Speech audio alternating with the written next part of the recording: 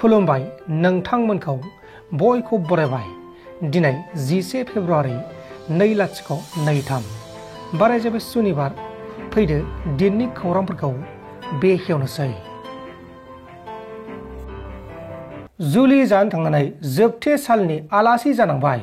जुलियाव थांखांनायनि उनाव पुलिसजों एरेस्ट खालामजाबाय।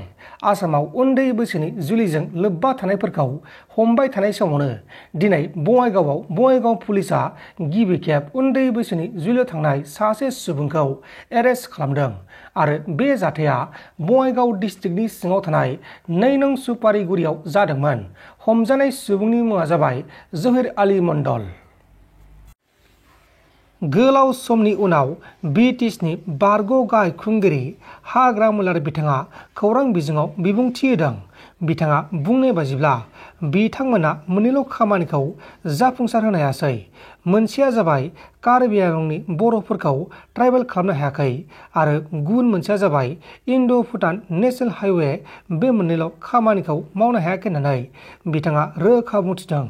बिथाङा मा बुंखो बेखौ ससे खोनासंदो। मोनसेल' जोंहा दासिमबो जों जाफुंहोनो हायाखै, बेयो जाहैबाय कार्बि आंलंआव थानाय बर'फोरखौ जों दाबो ST करन खालामनो हायाखै। बे मोनसेल'। आरो मोनसेया जोंहा मोनसे प्रप'जाल दंमोन इन्ड' भुटान नेशनेल हाइवे, बेखौ जों दाबो जाफुंसार होनो हायाखै। बाखि नोंना इउनिभारसिटि होन, इन्जिनियारिं कलेज होन, CIT होन बा एयारपर्ट होन, गासिबो साक्सेस मथथे जाजोब्बाय। मोननैल' सुक्तिनि गेजेराव मोननैल' जों जाफुंहोनो हायाखै। मोनसे कार्बि आंलं आरो डिमा हासाव बर'फोरखौ ट्राइबेल खालामनाय आरो इन्ड' भुटान नेशनेल हाइवे, बियो सार्भे जाबाय। बियो खिन्थु सार्भे जादोंबाबो दासिमबो गभर्नमेन्ट अफ इन्डिया बेखौ एक्सेप्ट खालामाखै। बेखौ जों खालामनो हागोन, जोंहा मोनसे आसा दं। आरो जोंहा माखासे प्रप'जाल दङ, नोंसोर मिथिगोना मिथिया? बङाइगावनिफ्राय ओरै Gelephu train line, रङियानिफ्राय सानदुब जंखा train line, बेफोर जोंनि प्रप'जालजों। बेफोरबो जोंहा दंबावो। हाब्बायथ' नङा। आसामनि CMआ दाखालि हेमन्त बिश्व शर्मा डाङरियाया मोनसे एनाउन्समेन्ट होदों जे ओरै गहपुरसिम BTRखौ एक्सटेनसन खालामनाय जासिगोन होननानै एनाउन्स होदों। एनाउन्समेन्टल' जादों, दाबो फर्मेलिटि माबा जायाखै। जों बेखौ बरायो, खिन्थु बेजों लोगोसे जोंना बेनो डिमान्डआ बेयो कन्टिगुइटि जानांगोन आरो बेनि एडमिनिस्ट्रेटिभ माबाया अदालगुरिजों थानांगौ, सनितपुरजों थानो नाङा। मोनसे गिथाव बाथाव जाथाय।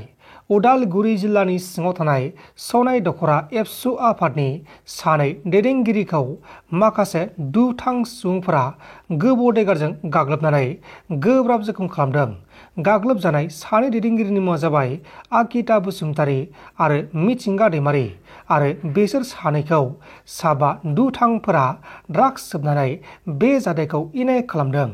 बे समाव बे जाथायनि सायाव नायबिजिरनाया सोलिगासिनो दङ आरो एबसु आफादनि सानै दैदेनगिरिफोरखौ नेम केयार हस्पिटालाव अदेबानि गुवाहाटी नोगोरमानि भाङाघराव फाहामथायगासिनो दङ।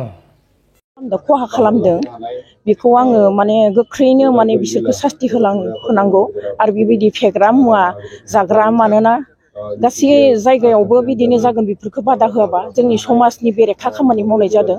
आरो बेफोरबायदिनि थाखायनो जोंनि गथ' गथायफोरा फरायनायाव, गियानाव, गासै बिथिङावनो जौगानो हायाखै। जोंनि बर' हारिया गोख्रोङै जोंनि बर' हारिया बेखौ खामानिखौ लोंनाय जानाय सोबनाय जखाय गासैखौबो बन्द' खालामनांगौ। तुर्की आरो सिरिया हादोराव गिथाव बाथाव बांग्रिं मावनायजों थैनाय सुबुंनि अनजिमाया बांगासिनो दङ। दासिम बे बांग्रिंजों थैनाय सुबुंनि अनजिमाया 122 बांसिन जाबाय। लोगोसे बुहुमनि गोबां हादोरफ्रानो बे मोननै हादोरनो गोबां मदद हरगासिनो दङ। बिजिरसालिनि सिङाव लख्रानि उदखार सोमजिदों। गाजियाबाद कर्टआव मासे लख्राया हाबना थानायाव कर्टआव फैनाय गोबां मानसिफोरा खारला खारसि जादों आरो बे खारला खारसि जानाय जाथायाव 3 सुबुङा गोब्राब जोखोम जादों। बे समाव जोखोम जानायफोरखौ फाहामसालियाव फाहामथायगासिनो दङ। उनाव रैखाथि हान्जाया फैनानै लख्राखौ रैखा खालामनानै हाग्रा फारसे दैथायहरफिननाय जादों। नोंथांमोन दासिमनि माखासे खौरांफोरा बेखिनिल'मोन। बेखिनिसिम नायनायनि थाखाय नोंथांमोननिसिम रोजा रोजा साबायखर। गोजोन्थों। एसेनोसै जै बर' हारिनि।